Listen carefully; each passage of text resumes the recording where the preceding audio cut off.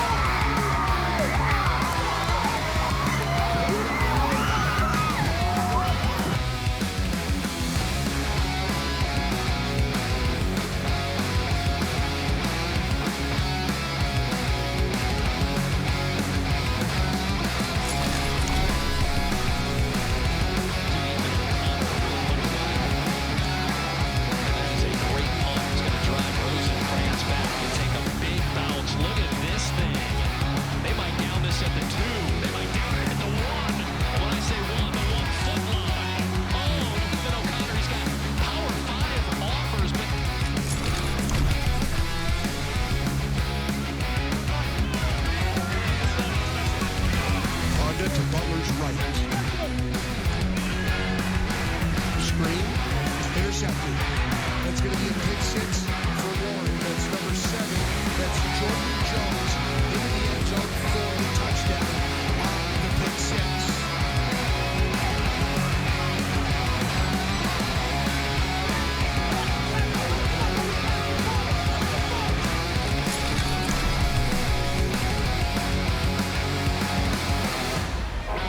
CDM brings pressure. They get through. Allen off the right side. Makes a man miss. And he's into the end zone for another St. Clemente touchdown. That's Blake Allen into the party box. St. Clemente extends their lead to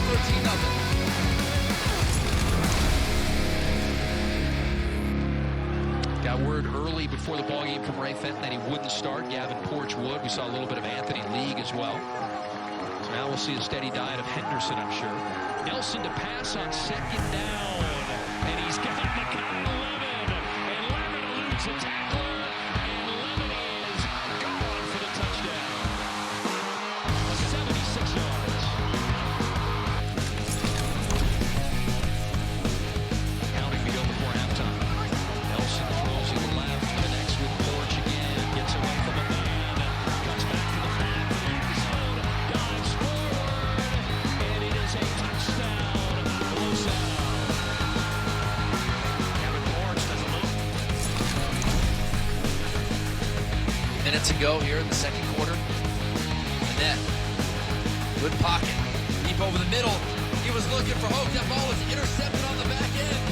That's the safety, Brad Kirkin. And he brings it back to about the 30 of Corona Del Mar. Timing just off that time between Annette and Hope.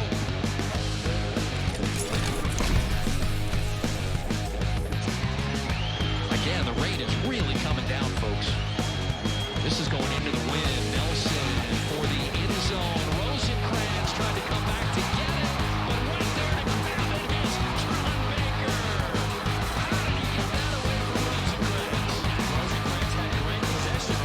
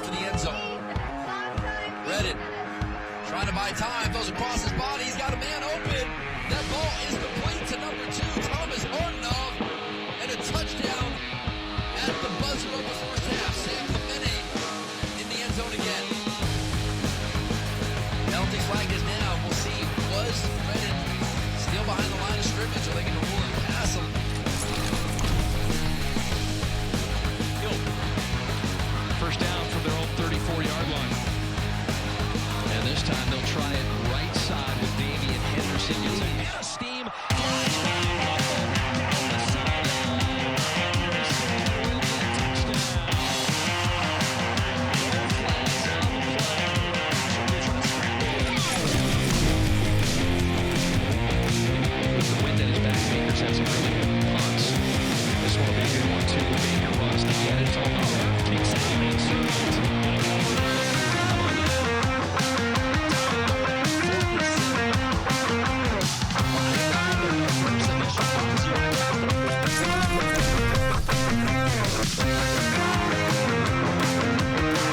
Give the penny a big gap.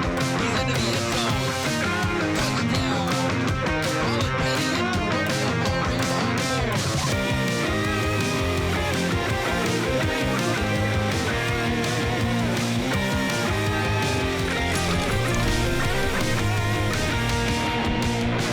Butler throws, end zone, intercepted. And wisely takes a knee. He's number 19, Darius Counts. Counts is having a very good night tonight. Talked about how he was the quarterback. Had a guy. And the problem there was Bell Gonzalez.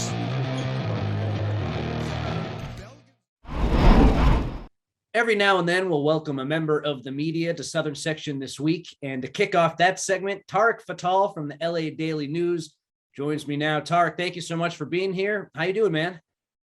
Oh, I'm doing great, Connor. Thanks for having me on.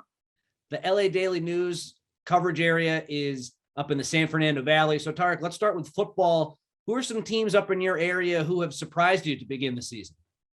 Yeah, I think the one that jumps out is West Ranch. They're 4-0, and the opener that shocked all of us was when they absolutely thumped St. Francis. I think they scored 61 points, and a lot of that success is because of Ryan Staub. It's actually a Sierra Canyon transfer, ends up at West Ranch, and is putting up just unreal numbers this year. And again, quality wins, a win over St. Francis, and then last week beat a very good St. Paul team, historically a team that's good. So out in the Foothill League, out in Santa Clarita Valley, West Ranch, a team in our area to keep an eye on. And then the other one that I've been kind of critical of the last 2 or 3 seasons is Oaks Christian. I always feel when that step-up game comes, they played St. Bonaventure, they don't show up. Chaminade, they don't show up. Well, this year, they totally put a whooping on Sierra Canyon, beating them 38-21. So that's another team that has surprised me, finally winning that step-up game. Then they went down to San Diego and won a game in the Honor Bowl with their backup quarterback, Nate Bennett. So those are the two that stick out for me.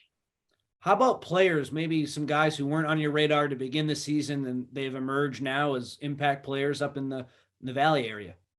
Yeah, I think the one that actually sticks out is Rowan Hyde. He's actually this running back from Oak Park. They're 4-0. Another one is Chase Martin. He's a linebacker, kind of running back from Thousand Oaks. They're 3-0, and those two will actually play each other this week. So that'll be a lot of fun. Those are the two kind of under the radar. The usual suspects at the programs around here in the Valley, like Chaminade and Sierra Canyon and even like a Notre Dame or a Valencia. The players that we expected to perform well pretty much have been doing well. The one I would say, despite Sierra Canyon having a rough start, Dane Dunn is a player for Sierra Canyon. He's only a sophomore, and he's been surprising all of us because he's been replacing Terrell Cooks, the running back from Sierra Canyon. So another one to keep an eye on. And then Saugus beat Simi Valley. I thought that was a pretty surprising result. The Foothill League, might it be a little bit better than maybe we anticipated to begin the season? Yeah, that's going to be a really fun league to cover. Valencia, if I'm not mistaken, had like 10 or 11 league championships in a row. Then Saugus has won the last 2. And then here comes West Ranch. So we're expecting a lot of parity in that league with Saugus, Valencia, and West Ranch. And then Golden Valley's 3-1. So, maybe on a tough night, they might be able to get you too. So the Foothill League for years around here has always had the most parity. Even though Valencia had that streak, they would win close games to win a league title. So that's one to keep an eye on. I like West Ranch to win that league. Okay, interesting. You heard it here first. For girls volleyball and then water polo, just based on my conversations and notes, it looks like Sierra Canyon for girls volleyball is the team to beat up in your area. And then for boys water polo, Harvard Westlake is really, really talented. I think they beat Notre Dame Sherman Oaks 20-5, which is pretty big beatdown. Starting with the Harvard Westlake boys water polo team, look, this is a program that is known to be top tier every year. It's one of those programs where here in Southern California, basketball, football, baseball, they kind of run the roost. And then you've got this high level kind of nationally ranked program in boys water polo at Harvard Westlake. I mean, 5 years ago, there were a couple players competing to be on the Olympic senior team before they went to Rio, one named Ben Halleck. I mean, if there was a basketball player competing to be on the USA men's basketball team, that would lead Sports Center. But anyway, so Harvard Westlake, healthy, playing well. And then girls volleyball, Sierra Canyon, yes, absolutely the team to beat out here, but don't write off Alemany, another Mission League team that is unbeaten. Alemany and Sierra Canyon will play next Tuesday. That'll be a big Mission League game. It could determine the league title. Okay, but that'll maybe be a game we'll cover on the show. So thank you for the heads up. Where are you going to be for football this week? Yeah, I'm still up in the air. I don't know if I'm going to go to Oaks Christian and see them play Sarah Gardena. That's a great game. I might head out to Thousand Oaks, Oak Park. That's a good game. And then maybe a little city. There's two really good city section games in our area. Eagle Rock is playing Granada Hills Charter. Can go see Dijon Stanley. And then the other one is actually Palisades, I believe still unbeaten, is playing Cleveland right here in Reseda, also unbeaten. So I'm not too sure where I'll end up and what I want to write about, but those are the top games in our area. Awesome. Well, Tarek, thanks so much. I know most people, if they're watching this, will already know who you are and where to follow you, but plug your work, please, whether it's social media or the Daily News website. Yeah, simple. dailynews.com / high school sports, or on Twitter at Tarek, TAREK _ Fattal, FATTAL. All right. That's Tarek Fattal. Tarek, thank you so much for joining me. Let's send it now to highlights from our girls volleyball match of the week.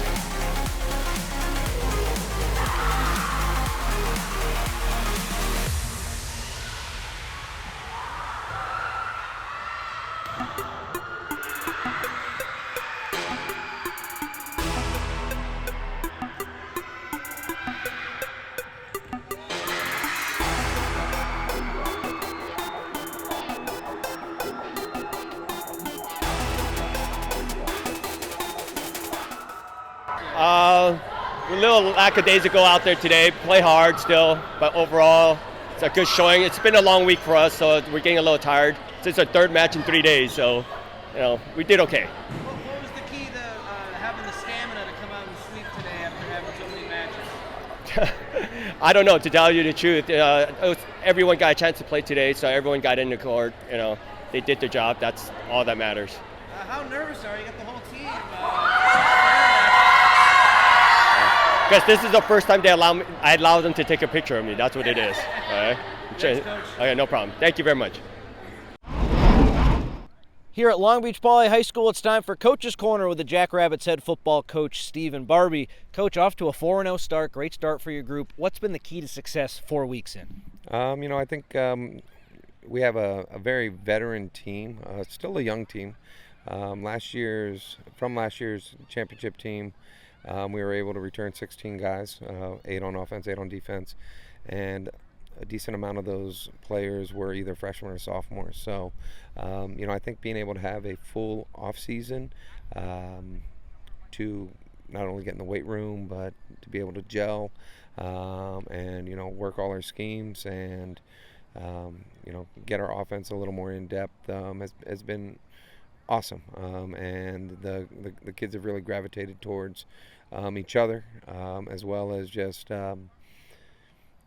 being excited about each other's successes, whether it's in the classroom, whether it's on the football field, whether it's kids getting offers.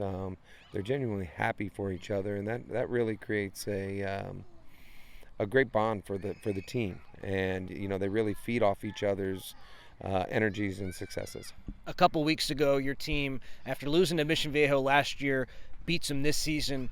How exciting was that for you? And I saw afterwards Snoop Dogg tweeted, "Long Beach Poly is back." Any other big alums reach out to you after that win? That seemed like a really monumental win from your tenure. No, it was a great win, for the program. Only the second time ever that Long Beach Poly had beaten Mission Viejo. But honestly, all the credit goes to the kids.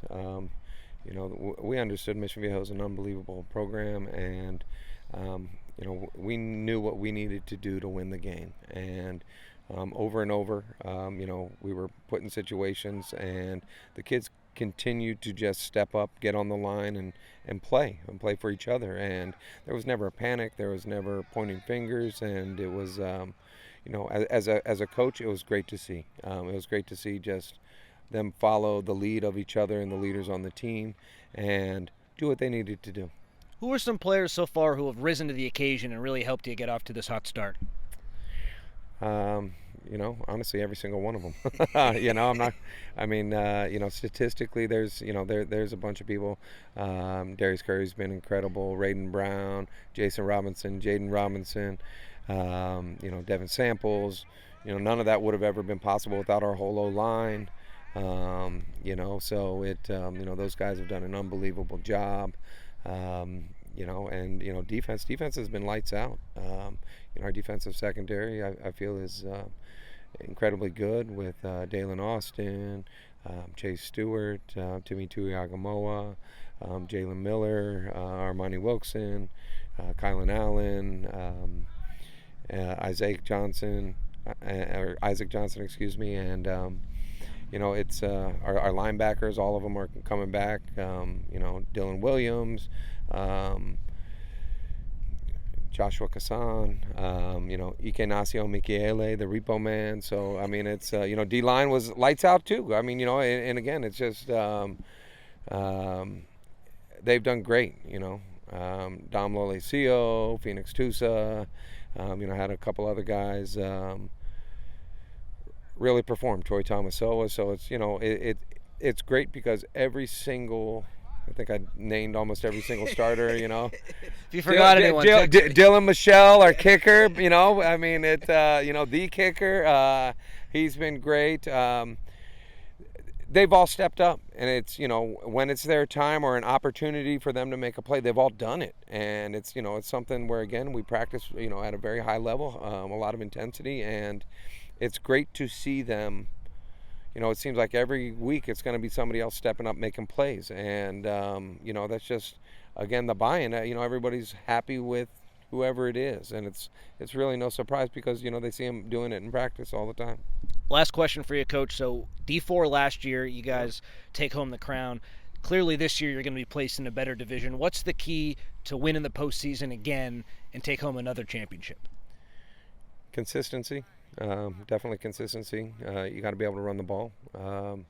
And you know, your defense got to be able to get them off the field, to be quite honest. And you know, special teams are huge in the postseason. So, you know, obviously it's all three facets. You know, your team's got to be playing at a very high level to advance in the playoffs. Yeah. You know, and you know, ultimately the way the playoffs are right now, I mean, who knows who's going to be where? You know, we talked about it, you know, a while ago, and we have no control over that. All we have control is how we're going to prepare for whoever we got to play. And you know, I think that's something that, you know, goes back to the consistency. You know, we talk a lot about playing to the standard of Long Beach Poly football, as well as it's not who we play but how we play, and we need to play to the standard. So you know, I think just having that mindset of understanding what we're doing each day, repping it to the best of our ability and at a high level, and you know, it shows Friday night. Great. Well, thanks so much, Coach. Let's throw it now to Claudette for learning from the pros. She had a chance to catch up with Long Beach Poly linebacker Dylan Williams. Thanks, Connor. Joining me for another segment of Learning from the Pros is Long Beach Poly linebacker Dylan Williams. Look, this place basically breeds NFL talent, if you will. Sure. So many NFL alums went here. Juju Smith-Schuster, Deshaun Jackson. Have you met one guy? Have they come back to campus that really impacted you or stuck out to you? Yeah, Deshaun Jackson. When I first transferred into Poly last year, you know, Deshaun came back and everything. And ever since then, me and him been locked in. I'm always talking to him, FaceTiming him, texting, Twitter. He's always coming back to the games. And then he just keep me posted. That's my guy. He's always checking in on me, giving me tips on how to be a better linebacker, how to succeed in college. What's his best tip that he's given you? Just play fast, physical, and be aggressive. That's it, really. So what are your goals for this season? You're a junior, big season ahead. Yeah. What are your goals? I'm just trying to lead my team in tackles, really get us to a state championship. You know, I'm not really like all about me. I'm trying to make sure my guys get it, but some personal goals, probably lead the state in tackles, you know, just big time plays, big hits, blow up linemen, and just really lead my team to a state championship. That's it. That's the goal, right? A state championship. How do you feel like you guys can get there this season? I feel like we're really good. You know, I got my other linebacker, Ignacio Micaele. That's my guy. Me and him be killing. Got Dominic Lolacio at D-tackle, Phoenix Tusa. Man, you got a lot of guys out there. yeah, our defense is loaded. And my boy Troy. So, you know, our defense, we're loaded. I feel like all around, just you can't like run from one side because we got killers on all sides. So I feel like we're really good and going to do good this year. All right, well, we gotta talk about USC because I'm a USC Trojan. You're gonna be a USC Trojan. Yeah. How exciting is it to watch this new wave of USC football with Lincoln Riley? And they've been off to like a fantastic start so far. Man, it's amazing. Linebackers had 2 pick sixes. It's just this defense is amazing. Coach Riley is doing a great job over there. That one game, the first game of the season, they had three pick sixes. Yeah. Insane. Did you go crazy? Yeah, I was turned. You know, I talked to my boy, my coach, my favorite coach. Me and him is just. It's not even about football, you know. I just talked to him about just my personal life, Coach Odom, and then Coach Dante too. So it's been a lot. How does Alex Grinch envision you in his defense? Or is that more something that you talked to Dante Williams about or another coach? More Coach Odom about it, but I talked to Coach Grinch a little bit. I know for sure they want me to play will linebacker there. So like on the weak side, covering slots, tight ends, you know, I can play in space. So they're comfortable with me playing in space. That's what they're recruiting me as. You think that they can make it to the college football playoff this year? Or maybe that's for when you join the team. This year, for sure, because we're killing. Well, that'll do it for this episode of Southern Section this week. Claudette, I don't know about you, I had a blast this week. So much fun, but Connor, it's always a good time with you. Thanks so much to everyone for tuning in, and we will see you next time.